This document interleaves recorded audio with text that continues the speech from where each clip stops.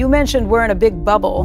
Can you elaborate on that, and how is this likely to play out? When you print money on the scale that modern nations are printing it, Japan, the United States, Europe, etc., we're getting into new territory in terms of size. There's never been anything quite like what we're doing now, and we do know from what's happened in other nations, if you try and print too much money, it eventually causes terrible trouble. And we're closer to terrible trouble than we've been in the past, but it may still be a long way off. I certainly hope so. When Volcker, after the 70s, took the prime rate to 20% and the government was paying 15% on its government bonds, that was a horrible recession. Lasted a long time, caused a lot of agony.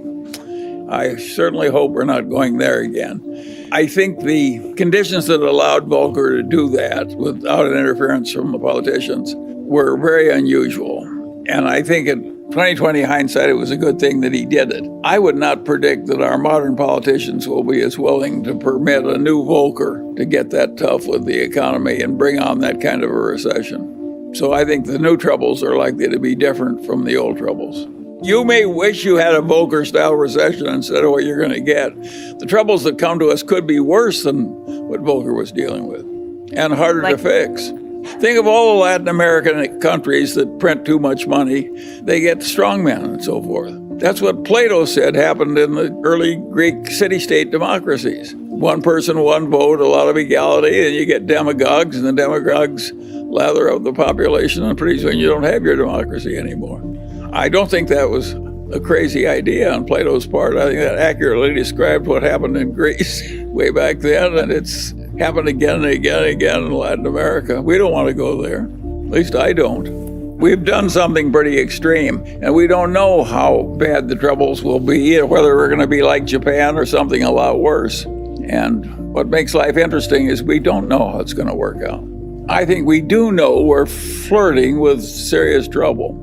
I think we also know that some of our earlier fears were overblown. Japan is still existing as a civilized nation, in spite of unbelievable excess by all former standards in terms of money printing. Think of how seductive it is. You have a bunch of interest-bearing debts, and you pay them off with checking accounts, which you're no longer paying interest. Think of how seductive that is for a bunch of legislators.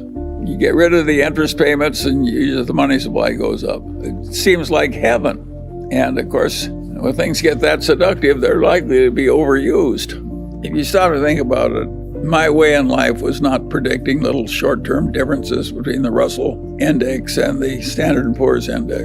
I don't have any opinion about which index is better at any given time. I never even think about it. I'm always just looking for something that's good enough to put Munger money in.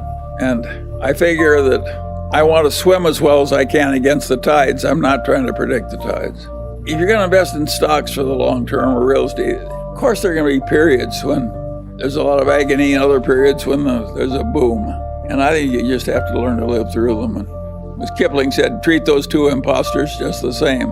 You have to deal with daylight and night. Does that bother you very much? No. Sometimes it's night and sometimes it's daylight. Sometimes it's a boom, sometimes it's a bust. I believe in doing as well as you can and keep going as long as they let you.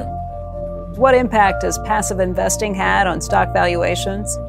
Oh, huge. That's another thing that's coming.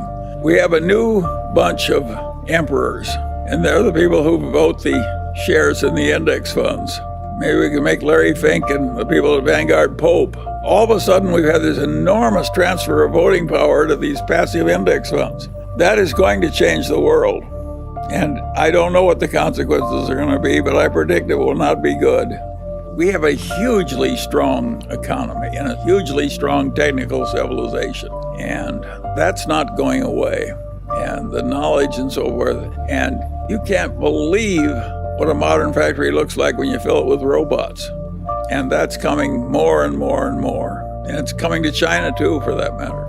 And so those trends are inevitable. And I think it does create adjustment problems. If you have a fine unionized job and they replace you with a robot, you've got a difficult problem. If you've got a company like Kodak and they invent something new that obsoletes your product, you have a problem too, and you solve that by dying. A lot of people don't like that solution. Because all those problems are real, And because it's so tempting to get rid of your debt by just giving a guy a non-interest-bearing checking account where you used to have to pay him interest every month, not only do we have a serious problem, but the solution to it that is the easiest for the politicians and for the Federal Reserve, too, for that matter, is just to print more money and solve the temporary problems that way. And that, of course, is going to have some long-term dangers. And we know what happened in Germany when the Weimar Republic just kept printing money. The whole thing blew up, and that was a contributor to the rise of Hitler. So all this stuff is dangerous and serious. And we don't want to have a bunch of politicians just doing whatever is easy on the theory that it didn't hurt us last time, so we can double it and do it one more time. And then we double it again and so forth. We know what happens on that everlasting doubling. You will have a very different government if you keep doing that enough. You're flirting with danger somewhere, unless there's some discipline in the process. But I don't regard Japan as in some terrible danger. They've done a huge amount of this and gotten by with it. I don't think we'll be as good at handling our problems as Japan is. If taxes were not an issue, what are your thoughts on going to cash today and waiting for better opportunities to deploy that cash over the next 12 months? Is it a sensible idea in your mind?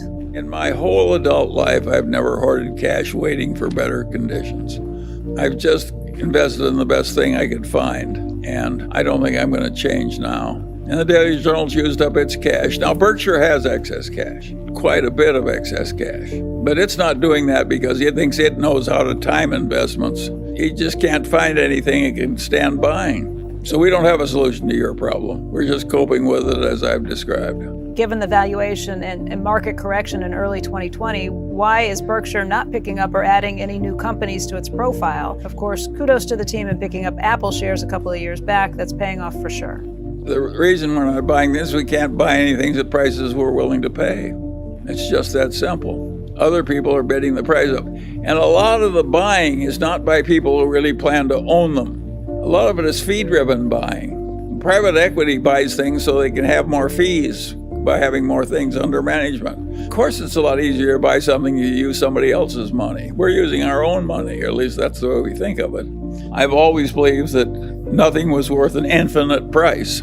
Even an admirable place like Costco could get to a price where you would say that's too high. But I would argue that if I were investing money for some sovereign wealth fund or some pension fund, in a 30, 40, 50-year time horizon, I would buy Costco at the current price.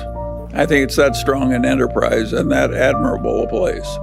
By the way, it's not a tragedy that Berkshire has some surplus money they're not investing. We look more responsible with the extra wealth, and we are more responsible with the extra wealth. The shareholders who are worried about the future because it looks complicated and difficult and they're hazard, I want to say to them what my old torts professor said to me, Charlie. He'd say, Charlie, tell me what your problem is and I'll try and make it more difficult for you. And he did me a favor by treating me that way. And I'm just repeating his favor to you.